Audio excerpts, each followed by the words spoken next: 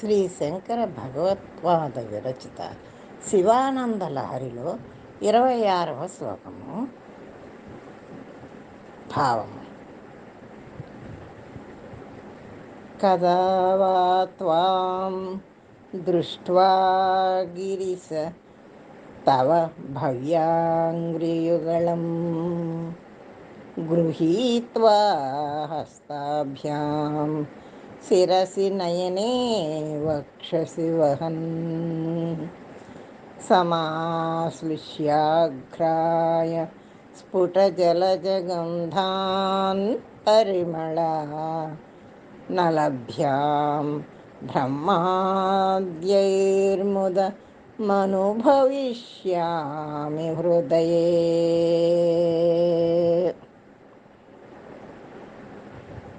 భావము.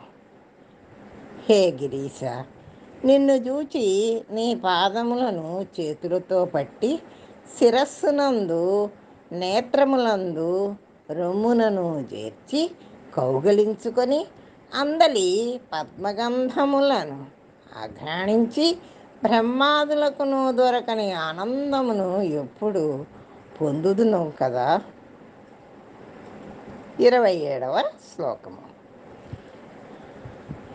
కరస్తే హేమాద్రౌ గిరీశ నికటస్థే ధనపతౌ గృహస్థే స్వర్భూజామర సురభి చింతామణిగణే శిరస్తే సీతాంసౌ చరణయుగళస్తే విలసుభే కమర్థం దాసేహం భవతు భవదర్థం మమ మనః.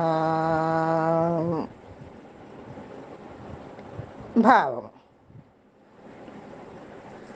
కైలాసవాస, బంగారు కొండ నీ చేతనున్నది. కుబేరుడు మిత్రుడిగా నీ దగ్గరున్నాడు. కోరికలనిచ్చు కల్పవృక్షములను కామధేనువు చింతామణులను నీ అధీనములై నీ ఇంట ఉన్నవి. చంద్రుడు భూషణముగా నీ శిరస్సును ఉన్నాడు. సమస్త శుభములను నీ పాదంబుల వలన కలుగుతున్నవి. శంకర, నీకు నేనొసగదగినదొక్కటినూ కానరాదు కనుక నా చిత్తమును అర్పించదను, స్వీకరింపుము. 28వ శ్లోకము.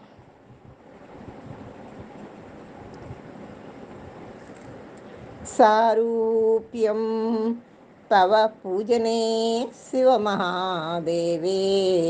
సంకీర్తనే సామీప్యం శివభక్తి ధుర్యజనతా సాంగత్య సంభాషణే సాలోక్యం చ చరాచరాత్మకతనుధ్యానే భవానీపతే సాయుధ్యం మమ సిద్ధమత్ర భవతి స్వామిన్ కృతార్థోస్మ్యహం. భావము. జగత్ప్రభు, నీ పూజయందు సారూప్యమును నీ నామ సంకీర్తనమందు సామీప్యము నీ భక్తులతో కూడి కథా కాలక్షేపములు చేయుట వలన సాలోక్యము చరాచరాత్మకమైన నీ మూర్తి ధ్యానమందు సాయుధ్యమును కూడా నాకీ లోకమందే దయచేయుచుంటివిగాన ధన్యుడనైతునే.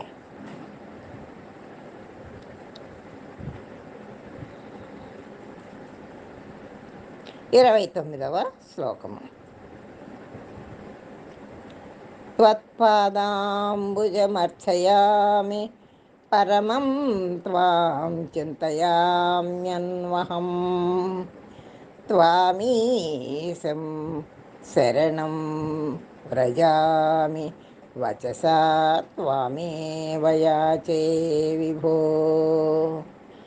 దీక్షాం మే దిశ చాక్షుషీం సకరుణాం దివ్యైశ్చిరం ప్రార్థితాం శంభో లోకగురో మదీయ మనస సాఖ్యో సఖ్యోపదేశం కురు. భావము: పరమేశ్వర, నీ పాదార్చనము చేయుచు ప్రతిదినము నిన్ను తలంచుచు శరణు పొంది వేడుకొందును.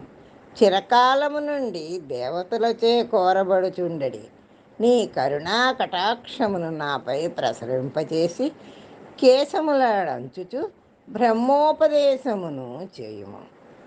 30వ శ్లోకము.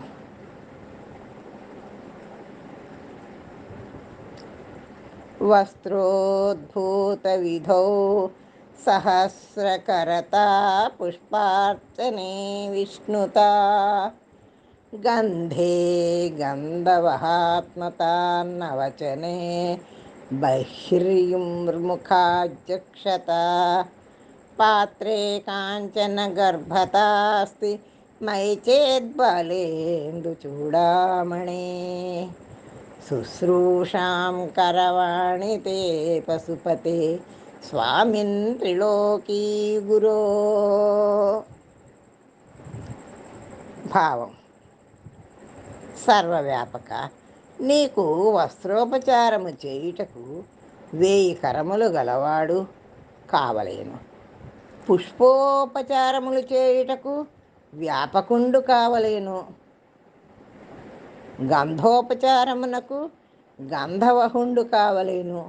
వంట చేసి నీకు హవిస్సు నివేదన చేయుటకు అగ్నిముఖాధ్యక్షుడు కావలేను. అర్ఘ్యపాత్రము సమర్పించుటకు ఆగర్భ శ్రీమంతుడు కావలేను. అట్టి సూర్యుడును, విష్ణువును, వాయుదేవుణ్ణు, దేవేంద్రుడును, హిరణ్యగర్భుడును అయినప్పుడే నీకట్టి ఉపచారములు చేయగలను. లేనిచో నీకు ఉపచారములు చేయ నా తరమా?